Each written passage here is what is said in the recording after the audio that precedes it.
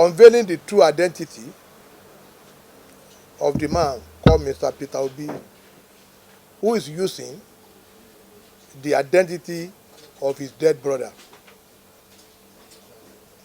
I repeat, we want to unveil the true identity of Mr. Peter Obi, who is using the identity of his dead brother.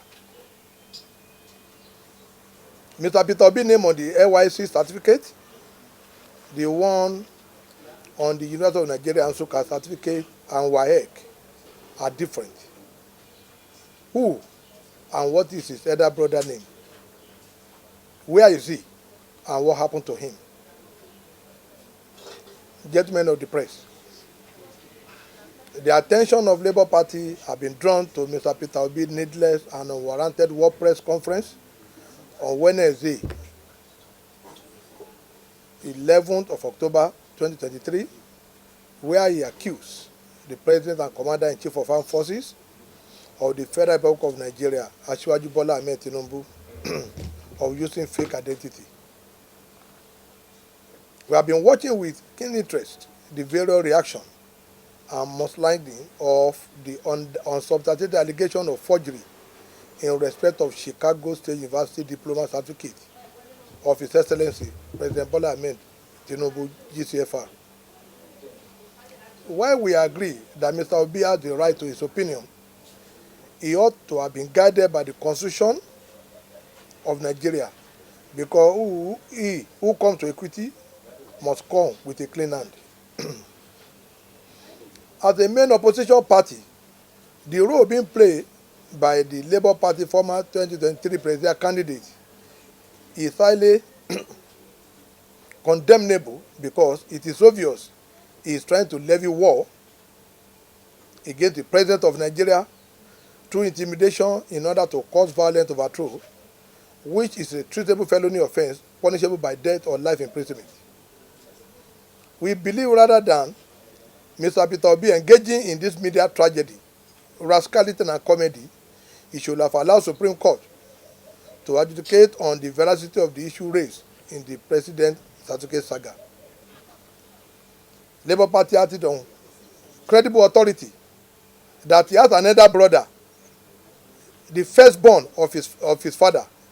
He should disclose his elder brother name and his whereabouts. What is the relationship between Peter Obi and the likes of IKB, Jakes 5, and late Senator Okonkwo in the 80s in Lagos? What business interest was he pursuing in the 80s in the USA with the above-mentioned individuals? And whose passport did he use to travel to US? Let him show Nigeria a birth certificate and the name he bears on the birth certificate. We can also confirm that as the National Public Secretary of Labour Party, I was among those who screamed Obi as one of the president's hopeful, and that the name written on Peter Obi academic certificate from the University of Nigeria Nsukka was different from the name on his NYSC certificate of the former governor and his wife's certificate. Mr. Obi claimed in his comedy press statement that, and I quote, "I will not just start by giving you my academic record. I will start by introducing myself." He said, "My name, given to me at birth by my parents, is Peter Onwubuasi Obi.